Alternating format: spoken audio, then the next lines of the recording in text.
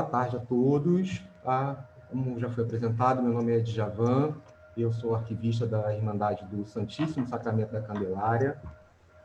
Quero agradecer ao Museu de Artes Sacras pela oportunidade de estar aqui falando enquanto arquivista, representando a Irmandade do Santíssimo Sacramento da Candelária. Então, em nome da instituição, agradeço de estar aqui aos responsáveis pela palestra e também ao museu. E já que eu fui, de certa forma, incumbido de finalizar essa palestra, eu vou fazer aqui um improviso, porque na minha dissertação de mestrado, eu dediquei um capítulo sobre os arquivos eclesiásticos. E na minha pesquisa bibliográfica, eu achei uma parte do discurso... Vocês estão ouvindo, né? Vocês estão me ouvindo? Então, eu acabei localizando a parte do discurso do então Papa Paulo VI, realizado no 6º Congresso da Associação Arquivística Eclesiástica na cidade de Milão, no ano de 1967. Como é meio de improviso, eu vou ler aqui, tá? É o Cristo que opera no tempo e que escreve ele mesmo a sua história, de tal modo que os nossos pedaços de papel são ecos e vestígios desta passagem do Senhor Jesus no mundo. Venerar estes papéis, os documentos, os arquivos, quer dizer reflexivamente ter o culto de Cristo, ter o sentido da Igreja, darmos a nós mesmos e dar a quem virá a história da passagem desta fase do trânsito Dominus no mundo. Então, essa parte, eu achei muito interessante esse discurso do Papa nesse congresso, porque eu acho que, de certa forma, responde àquela pergunta, né? Por que a gente deve preservar os arquivos eclesiásticos? Por que a Igreja deve preservar os arquivos eclesiásticos? A resposta acho que está dada. Cristo está nos arquivos. Bem, agora vamos lá.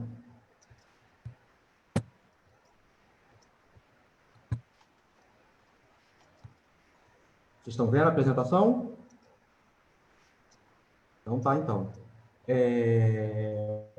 A minha tarefa aqui hoje é falar um pouco sobre o arquivo da Irmandade do Santíssimo Sacramento da Candelária, mas aí eu abro mais um parêntese aqui, para poder...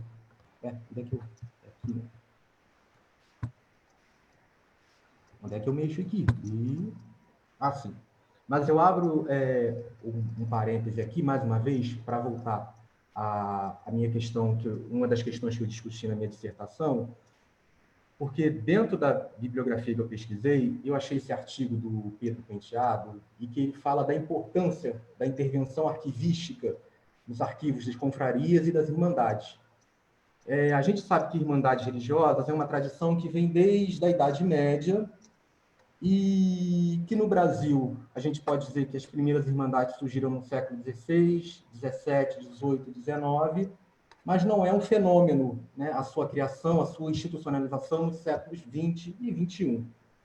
E o Pedro Penteado chama atenção, nos chama atenção nesse artigo para isso. A gente precisa lembrar que os documentos, antes de serem históricos, são documentos administrativos, porque automaticamente, ao falarmos de arquivos eclesiásticos e arquivos de irmandades religiosas, a gente associa logo, né, aquele binômio arquivo permanente / história, que são, de fato.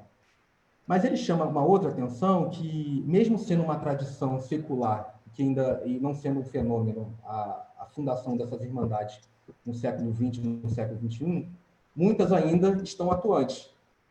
E é claro, se essa instituição atua, desenvolve as suas atividades, esses arquivos têm que estar ali para ser de base, dar suporte para essas instituições. Então, é isso que ele fala e é isso que ele defende nesse artigo, a importância da intervenção arquivística.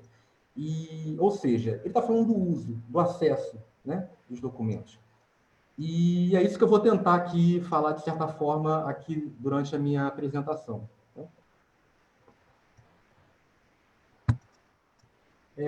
A Irmandade do Santíssimo Sacramento da Candelária, a gente não sabe exatamente quando essa instituição foi fundada. Alguns livros, alguns estudiosos, alguns documentos citam o ano de 1634, ano que foi criada a Freguesia de Nossa Senhora da Candelária. Freguesia é o que nós chamamos hoje o equivalente a bairro, tá? esta instituição tem um arquivo, que é o denominado Arquivo FB Marques Pinheiro. Tá? Francisco Batista Marques Pinheiro fez parte da diretoria da instituição e também foi o historiador da Irmandade, que escreveu um livro que conta a história dessa instituição, conforme vocês estão vendo aí no slide. Ora, o que este arquivo preserva? A documentação produzida, recebida e acumulada por esta Irmandade religiosa, que é composta por leigos e que são denominados como irmãos. Uma das características das Irmandades é exatamente a construção de muitas igrejas, né? Grandes igrejas e igrejas religiosas, não só no Rio, mas no Brasil todo. A Irmandade do Santíssimo Sacramento da Candelária foi a responsável pela construção e a proprietária da Igreja de Nossa Senhora da Candelária, Igreja da Candelária, ou simplesmente a Candelária, dependendo de quem chama.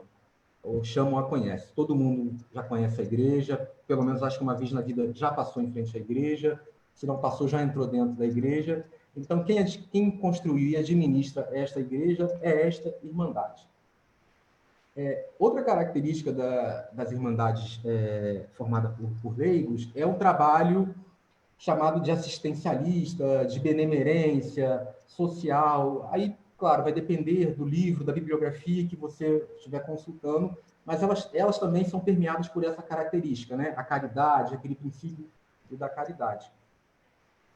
E com essa Irmandade também não é muito diferente, porque além de ser proprietária e administradora da Igreja da Candelária, a Irmandade do Santíssimo Sacramento da Candelária é administradora e proprietária do Hospital dos Lázaros, também conhecido como Hospital Frei Antônio, que começou suas atividades em 1763. Esse hospital teria sido o primeiro hospital do Brasil especializado no tratamento da lepra, hoje denominada como hanseníase. Então, a configuração desse arquivo é os documentos administrativos da Irmandade, os documentos de uma igreja, né, característicos de uma igreja, e também documentos característicos, né, da área hospitalar, da área medicinal, da área de pesquisa medicinal, visto que, além de um hospital, além de ser hospital, o Hospital Frei Antônio também era um centro de pesquisa. Inclusive, e isso é muito interessante você observar, pesquisar a documentação, que a gente vivendo nesse momento de pandemia, a gente vê a importância da ciência, a importância da metodologia, porque em determinado momento, dentro desse hospital, se achou a cura para a lepra. Mas anos mais tarde descobriu-se que foi eficiente. Então, isso mostra que a gente tem que ter paciência, né? A ciência é assim, tem que experimentar, ver se vai funcionar, se não der certo, volta. Então, esse hospital também teve essa característica. E como vocês sabem, a lepra, né, a hoje chamada como hanseníase, era uma doença contagiosa. Então, o que acontecia com esses hospitais, com os enfermos que eram atendidos por esse hospital? Eles moravam dentro do hospital porque eram retirados da sociedade, né? Isso não tanto os hospitais, outros exemplos são as chamadas colônias, né? Que eram justamente onde ficavam as pessoas que eram portadoras dessa enfermidade. Além desse trabalho da área da saúde, a Irmandade também tem um trabalho de benemerência, outro trabalho de benemerência voltado para a educação. Ela é proprietária e fundadora do Educandário Gonçalves de Araújo. Esse colégio fica ali no bairro de São Cristóvão. Vocês, quem conhece, ou tem o hábito ali de passar pelo bairro, já deve ter passado em frente, fica ali bem próximo ali do campo de São Cristóvão, da feira do Centro de Tradições Nordestina. Este colégio foi inaugurado no ano de 1900, sendo seu primeiro diretor o Ramis Galvão, ou Barão de Ramis, né? Ramis Galvão foi diretor da Biblioteca Nacional, foi médico, filólogo, poeta, ou seja, um intelectual, né? Eu costumo brincar, o Google perto dele não era nada, né? E essa Irmandade o contratou para ser o primeiro diretor, e ele ficou como diretor dessa instituição por 30 anos. Aqui, em destaque na foto, ele é ao lado do então provedor Mário Nazaré, esse que está em destaque é o Ramis Galvão. Tá? Aqui um outro exemplo de fotografia dos alunos. Tá? É importante frisar aqui, eu não coloquei aqui na apresentação, mas além deste educandário, a Irmandade também administra um outro educandário, que fica também no bairro de São Cristóvão. E conforme eu disse para vocês, isso está relacionado às atividades de benemerência da instituição. Então, isto é um colégio mantido por essa instituição e que oferece educação gratuita para crianças carentes do Rio de Janeiro. Opa, me enrolei aqui, peraí. Sim, mudou o slide aqui, tá? Desculpa. Como eu disse para vocês, é uma instituição secular que foi provavelmente fundada em 1634. Naturalmente, essa instituição já tinha um arquivo, é claro, uma sala, um espaço reservado para esse arquivo. Mas a gente considera o início do tratamento arquivístico, e aí eu falo identificação, classificação, descrição e preservação, o ano de 2002, ano em que essa instituição contratou a Celina Coelho de Jesus para ser arquivista dessa instituição, conforme a Ingrid mesmo já falou e deixou homenageada. Então, aqui está uma segunda homenagem para a Celina, não sei se ela está nos assistindo, mas, naturalmente, esse trabalho foi desenvolvido com a ajuda de outros colaboradores. Atualmente, a Celina não trabalha no arquivo da instituição, se aposentou, sendo eu responsável por essa missão. Então, eu costumo dizer que minha missão é preservar esse tratamento arquivístico que começou lá em 2002, dar continuidade e, à medida do tempo, né, melhorar, aperfeiçoar esse trabalho. Aqui, um resumo do que vocês encontram nesse arquivo, tá? Como eu falei com vocês têm documentos desde o século XVI. A gente tem documentos em grandes dimensões, isso vocês já viram como exemplo na apresentação da Ingrid. Esses documentos que a Ingrid conservou e restaurou estão no arquivo da instituição. E, é claro, essa magnitude também de atividades, de frentes de trabalho, também se reflete no arquivo da instituição, que é extenso e volumoso. E que, além de atender a instituição, tem uma função de também atender a pesquisadores externos, tá? Só vou voltar aqui, que agora que eu lembrei, que além dos documentos referentes ao hospital, aos colégios e também à igreja e à administração da Irmandade, este arquivo também é responsável pela preservação de coleções particulares. No arquivo da Irmandade do Santíssimo Sacramento da Candelária, nós temos a coleção Arnaldo Machado. Tá? Arnaldo Machado foi um museólogo e que dedicou 40 anos de sua vida em pesquisas que resultaram numa série de livros que contam a história da Igreja da Candelária, em todos os seus aspectos, históricos, arquitetônico, artístico, as portas, os vitrais. O Arnaldo Machado, né, como assim como ele me deu liberdade de chamá-lo, antes de falecer, doou toda essa documentação proveniente dessa pesquisa para o arquivo da instituição. Então, nossa missão também é preservar esses 40 anos de pesquisa. Então, está aí a minha segunda homenagem, né, ao Arnaldo. Bem, conforme eu disse para vocês, esse arquivo, além de atender a instituição, e também atende aos pesquisadores. Isto é uma política da instituição, lembrando que a Irmandade do Santíssimo Sacramento da Candelária é uma instituição privada, tá, de natureza privada, mas ela entende que esses documentos produzidos ao longo dos seus séculos devem ser acessados pelos pesquisadores. E esta aqui é uma foto de um pesquisador. Ele é um ex-aluno de um dos colégios mantido pela instituição. Ele vem de Brasília para o Rio fazer pesquisa nesse arquivo, porque ele está escrevendo um livro que conta a história desse colégio. E nessa ocasião aí, ele estava pesquisando o nosso acervo fotográfico. Ele encontrou uma fotografia onde ele está quando era pequeno, na frente do colégio. Eu não coloquei a fotografia porque esta fotografia é em grande dimensão e não está digitalizada ainda. Mas eu coloquei aqui como exemplo de como este acesso é dado, e fica aí a terceira homenagem. Aqui também é um outro exemplo, como eu estou falando da pesquisa externa. Essa pesquisadora há anos pesquisa no arquivo da instituição, ela inclusive está aqui na apresentação, e aqui é mais um exemplo dessa questão que eu estou falando do acesso aos documentos, e a cena é bem interessante porque estamos dando atenção a ela, já que a instituição permite que esses documentos sejam acessados, nós, enquanto arquivistas, temos que estar ali auxiliando. Eu acho isso muito importante, a instituição fazer isso, porque eu entendo que é uma troca. Porque o pesquisador, ao entrar no arquivo e fazer pesquisas pontuais, eles vão investigar questões que a gente nem sempre vai saber. Imagina, 800 metros lineares de documentos, não tem como isso tudo entrar, esse conjunto de informações entrar na cabeça de ninguém.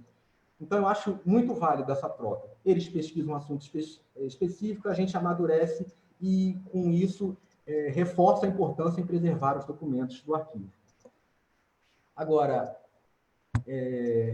conforme eu disse para vocês no meu segundo slide, fala referente ao artigo do Pedro Penteado, que é a questão do uso, né, que esses arquivos devem servir de base para essas instituições, e por isso é importante o tratamento arquivístico.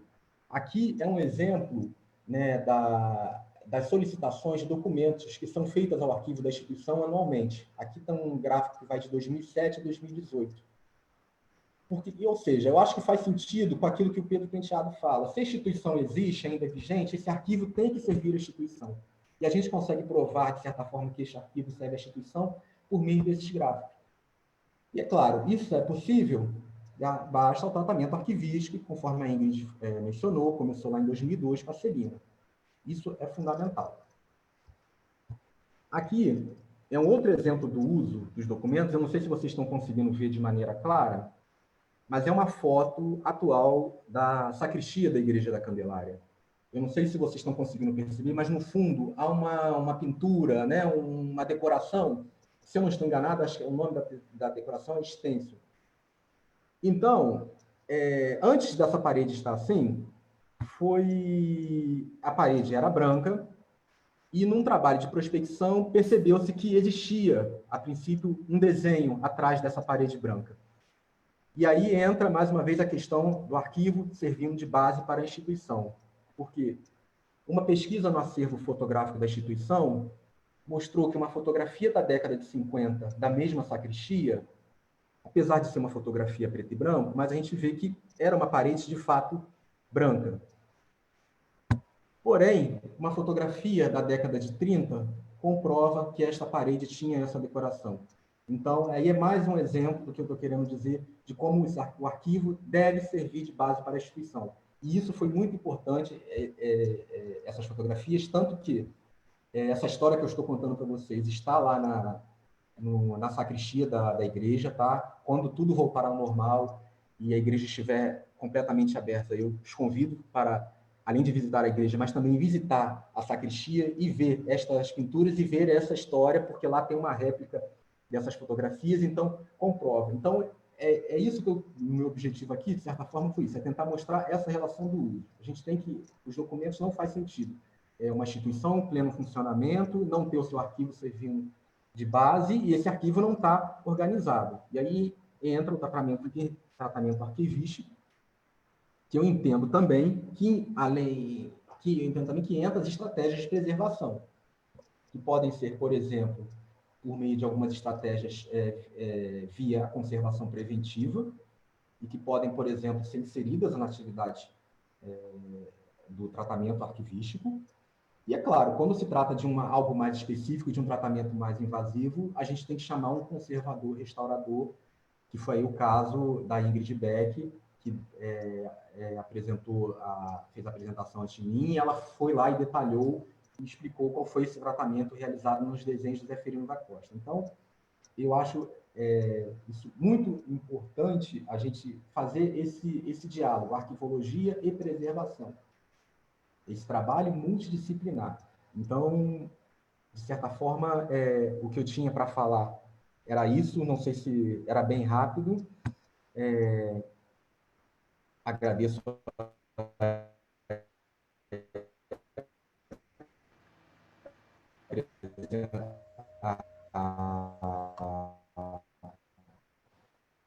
a audiência de vocês, peço desculpas pelo nervosismo, não estou acostumado.